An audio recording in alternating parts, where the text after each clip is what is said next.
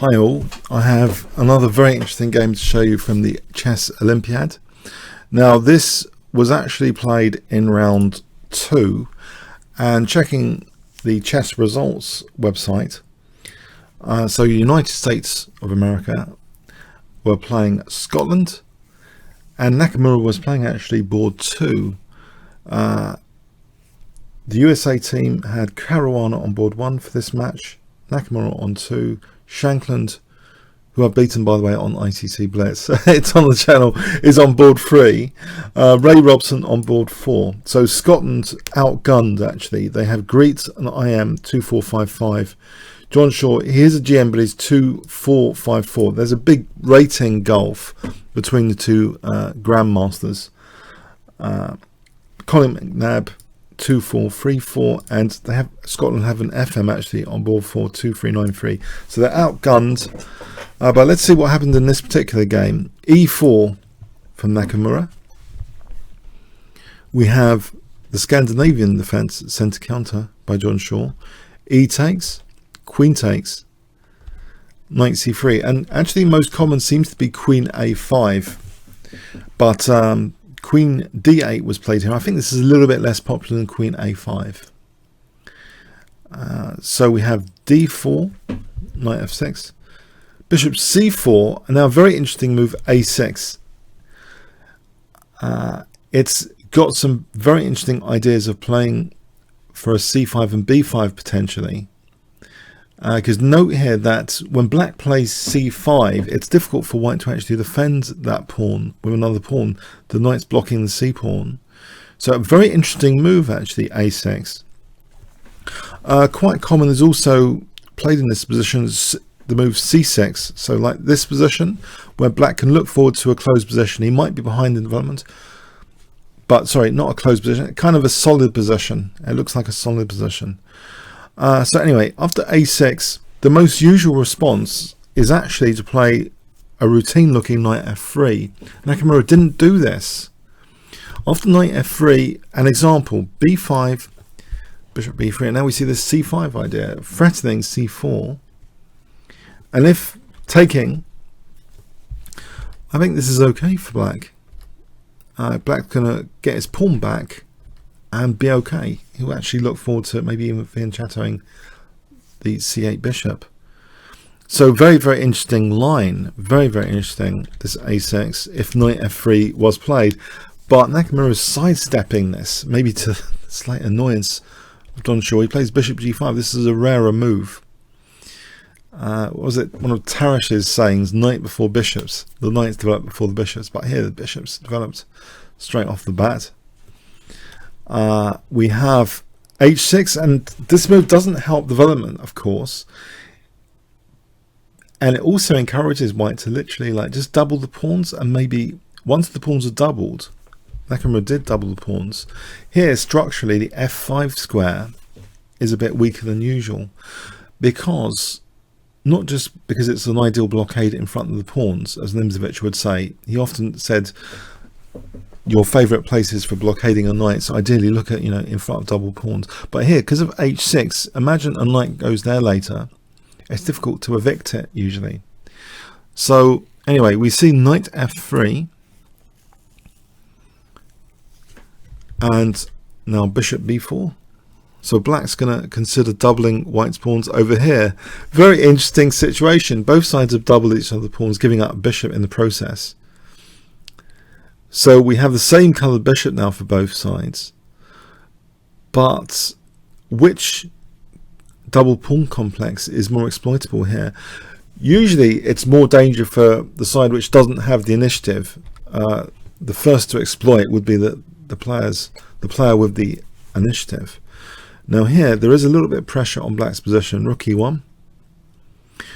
And some problems are apparent actually. If black tries to pin the bishop with bishop g4, he didn't, he played knight c6, but let's imagine black tries to pin the knight with bishop g4. h3 is actually annoying, this position. Queen d3 now threatens g4 and queen takes g6, and if black gives up that bishop, then this is pleasant for white, and if black doesn't give up the bishop, say king h8, then knight h4. This funny looking move is annoying, with g4 to arrive soon. It's just a very annoying position with these double pawns. Yeah, so bishop g4, it looks natural a little bit, but it doesn't work very well. So knight c6, which seems a bit pointless in a way, because white center is rock solid. It's not really influencing the center. Queen d3 will be interesting, but now we have this knight h4.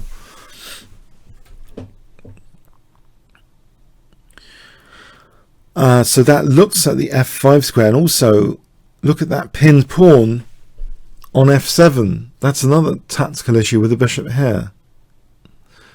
We see this kind of unpinning, trying to unpin. If rook e8, let's imagine rook e8, then this is really dangerous. Queen h5, looking at f7, bishop e6. There's actually d5 here. Big trouble for black. Basically, huge trouble. So yeah, that bishop, black wants to do something about this bishop. So for the moment, the bishop goes back to d3. We have bishop e6. Has black sorted out his problems? Actually, with bishop e6, there's another nifty move that actually is played. Can you see what white plays? If I give you 5 seconds to pause the video, starting from now.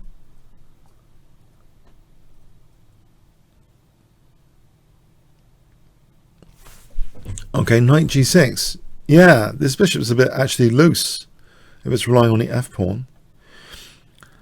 Black doesn't want to give up the light square bishop that easily. And if he did this, he didn't do this, but it's nice for white to have the light square bishop here. It's just very nice. So we have actually rook e8. And now this gets really a little bit intriguing. What's the point? Isn't like just going back now? Maybe John Short expected that. But no, actually Nakamura plays a different move, which is tactically ingenious, I think one has to say. Can you see what white plays? If I give you 5 seconds.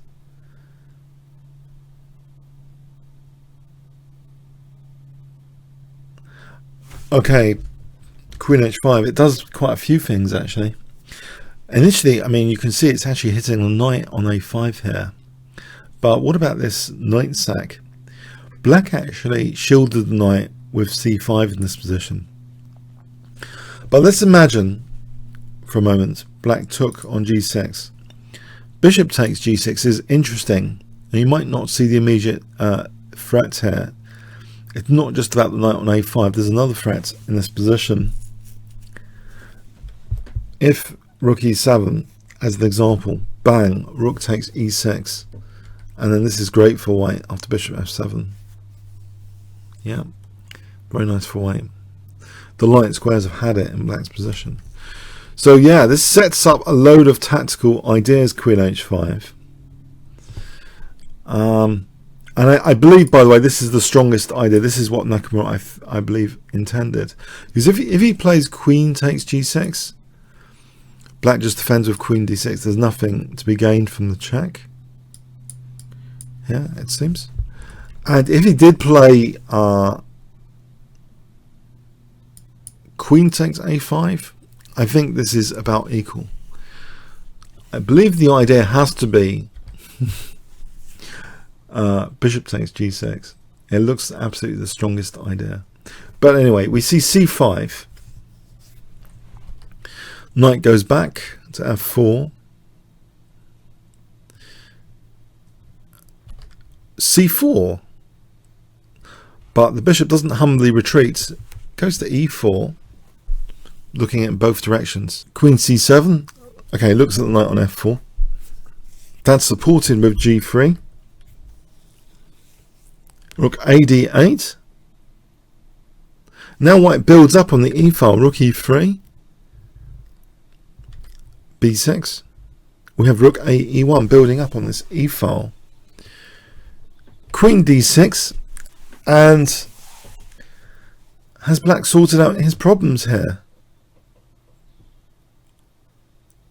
What does white play in this position? I'll give you 200 points if you can spot the right move.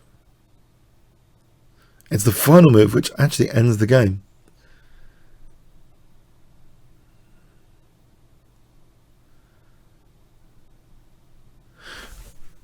Okay, it's bishop d5. The game actually ended here. Black resigned.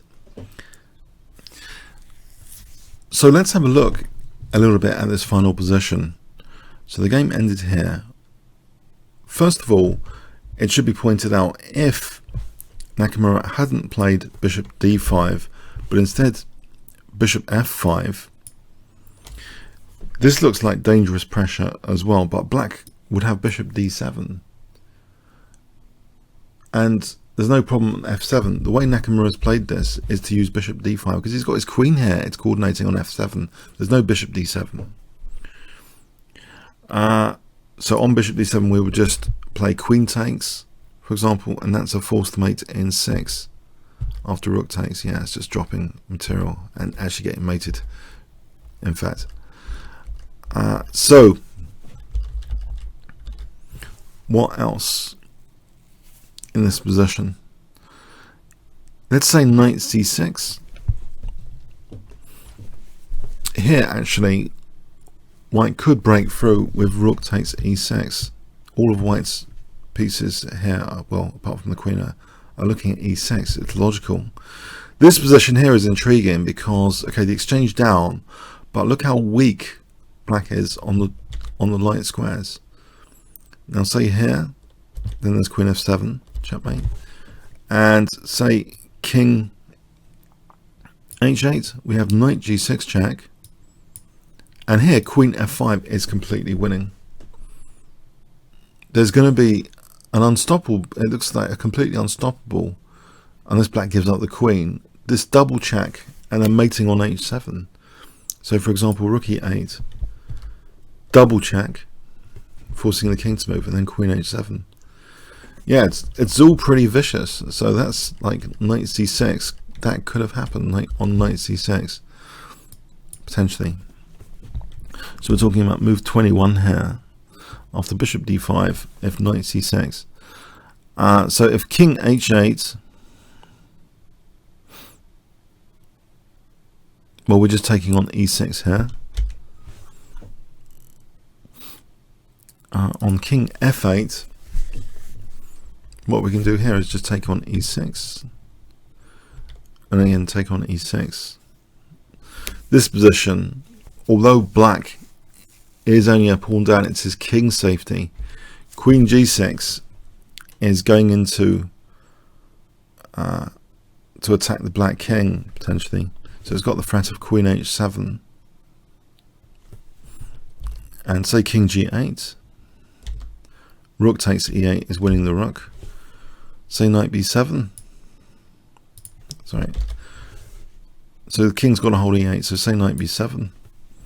Queen h7. And just to show the threat here, it's not about queen h8. Can you see in this position, say black plays a5 for the sake of argument.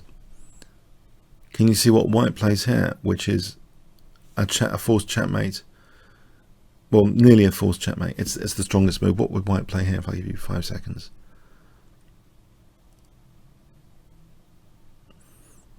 Okay, rook takes f6 actually, because the queen's cut off the king from g8, the king's cut off from the e file. This is a very nifty resource for knight g6 being checkmate. Okay, so one other alternative, let's have a look in this final position at g6. Here actually we can play a very nice move, just knight takes g6. No, because of this pressure on e8, this bishop, it's pinned to e8, even if queen takes. Okay, well, on queen takes there's other stuff. Let's have a look here. After knight takes g6, let's say bishop takes d5, queen takes h6. In fact, we don't even have to take on e8, so that threatens mate. F takes, now we can take the rook. take here. This is absolutely devastating. Yeah, so knight takes g6 is bone crunching in this position. On queen takes d5, after queen takes d5, queen takes h6, white's actually breaking through here with stuff like this. Taking leaves a rook on e8, then we can play check, check. The king hasn't got e7, and now it's driven away from the rook with queen f4, and this will leave white with a winning position because white's picking up that rook. It's hopeless for black, and there's loads of pawns for white here as well. So yeah, there's various ways of cracking black's position in that final position. It seems, you know, needs a little bit of explanation, I think, this final position. Let's just go back to the final position. So bishop d5. Yeah, all the various defenses seem to just they don't hold up here. Okay. Yeah, it's a neat miniature less than 25 moves from Nakamura in this round 2 game. Hope you got something from it. Comments, questions, likes, appreciated. Thanks very much.